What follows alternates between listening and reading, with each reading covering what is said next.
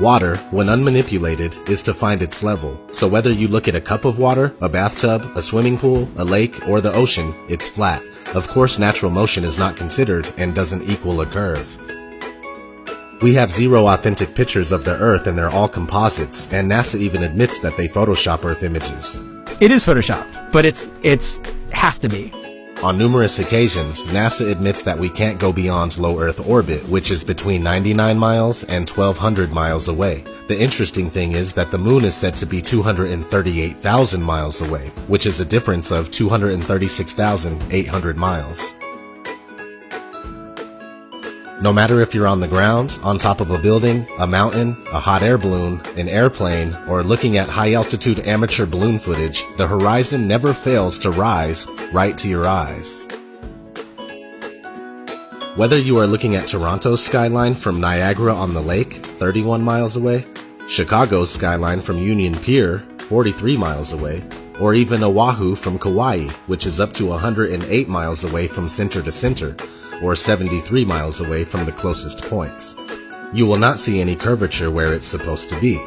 According to the Pythagorean theorem, which states that the curvature of the Earth is 8 inches per mile squared, Oahu should not be visible whatsoever, but you can see the whole thing.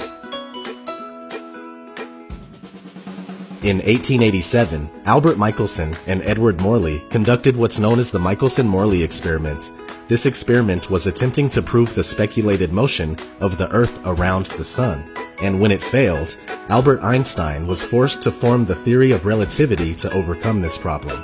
In fact, anytime mainstream science is faced with undesirable results, they create a workaround, which isn't real science at all. The Sun is claimed to be 93 million miles away, with a radius of over 400,000 miles, but can easily be proven to be much closer and smaller by tracing the crepuscular rays back to its origin in the sky. If the Sun were indeed 93 million miles away, it would simply be impossible to have angled sun rays, as they should all consistently come in straight. According to the globular theory, a lunar eclipse occurs when the Sun, Earth, and Moon are in a direct line. But it is on record that since about the 15th century, over 50 eclipses have occurred while both the Sun and Moon are visible above the horizon. F. H. Cook, The Terrestrial Plane. It's a common misconception that the shadow of the Earth causes moon phases. Even the pastors and priests of the science religion readily admit this fact. The interesting thing about moon phases is that they are always the exact same 8 phases repeated. But if we were circling around the Sun, these 8 phases would inevitably be reversed from the summer to winter seasons. I completely understand that the idea of a flattened stationary Earth seems ridiculous in many ways, but that's only because we are taught the false globe model from the very first time that we enter a school classroom. Not to mention the first time we are introduced to the concept of a flat Earth, it's depicted as a highly laughable world where ships, boats, and water would run off of the edge. So I do get it, but it's all part of the deception. I've spent 30 years of my life believing that we were on a spinning globe. It wasn't until I unbiasedly and scientifically investigated the flat Earth claims that I started to realize that there is more to this theory than I originally gave it credit for. Now, after almost 2 years of research, I'm certain that the Earth is flat.